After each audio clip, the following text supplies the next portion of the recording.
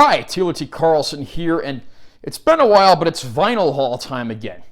I've racked up quite a few things. Some of these are actually some of my girlfriend's purchases. Most of these came from Record City here in Vegas, but there's a handful that came from other stores, so I'll point out where they're from and I'll show some of these off. Before I get to the actual records, I got two special items to show off here. These are concert tour programs from back in the day. This is a Scorpions World Tour 84 program, which this, of course, would have been the Love It for Sting tour, featuring the classic hit Rock You Like a Hurricane, and then songs like Big City Nights and Still Loving You. Got some very cool stuff in here. I'm not going to go through every single page of these, but very nice vintage stuff here. The other one is for Ronnie James Dio World Tour. I believe this is 85, if I'm not mistaken. But you got a nice essay in there on the front cover. Some very cool pictures and profiles of the band. Yeah, Jimmy Bain right there on bass. I actually had the luxury of meeting him twice before he passed away. Vivian Campbell, later of Def Leppard. If this was Sacred Heart Tour, this would have been his last tour with the band. This is around the time he was replaced with Craig Goldie.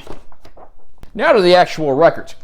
This came from Moondog Records. I swung in there a few weeks ago. This is Aldo Nova, Blood on the Bricks. His collaboration with John Bon Jovi. Great album. Unfortunately, I didn't get what I thought I was getting when I bought this. Turns out this is actually just like a 3-track EP with 3 tracks from the album. It's not the whole album. Cool collector's item. I love anything Aldo Nova I can get my hands on, but I'd rather have the whole album on vinyl. Do you know if the whole album is available on vinyl? Let me know if you hear anything about that. Next up, Real Life, Heartland. Real Life is best known for their 1983 hit Send Me an Angel. That came from their debut album. Fantastic Australian band. Sadly, they only get recognized really for the one song, but they've got some great tunes, and I think this whole album is worth hearing.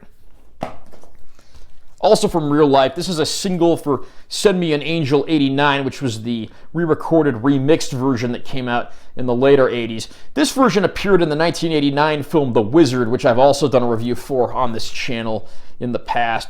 Nice to have this and, of course, the classic Heartland studio version of Send Me an Angel on vinyl, finally. The Bob Seger System, Mongrel.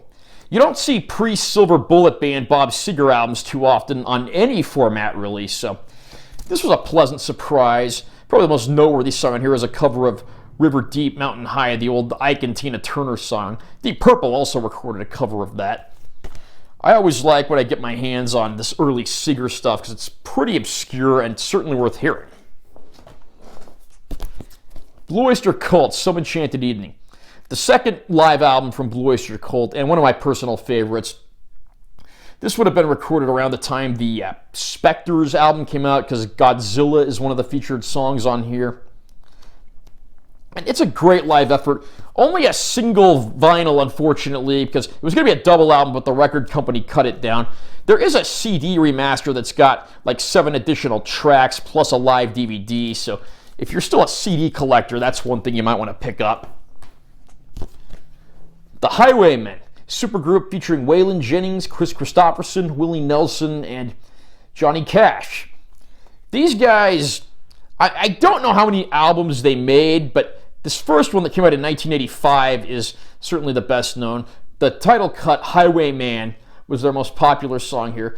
They also revisit some other songs as well, including Bob Seger's Against the Wind.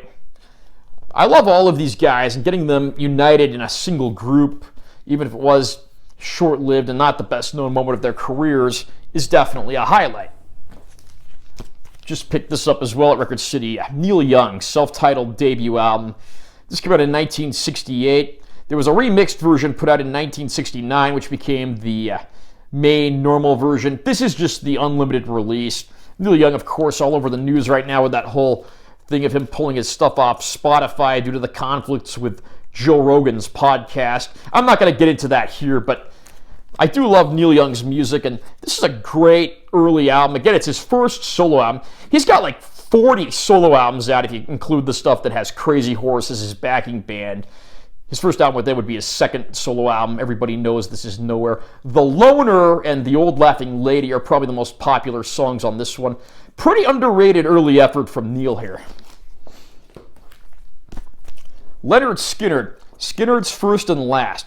This was actually something my girlfriend picked up. It's a compilation of tracks that this was supposed to be released as the band's first album, but it was shelved and not released until after the plane crash death of Ronnie Van Zant.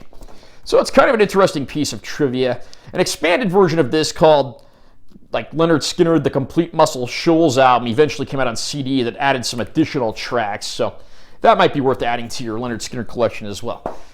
Sticking with Skinner, this is the Nothing Fancy album. Their third studio album and the first album of theirs to feature drummer Artemis Pyle, who would be with them up through the plane crash and also on their first semi-reunion album that came out in the late 80s, early 90s.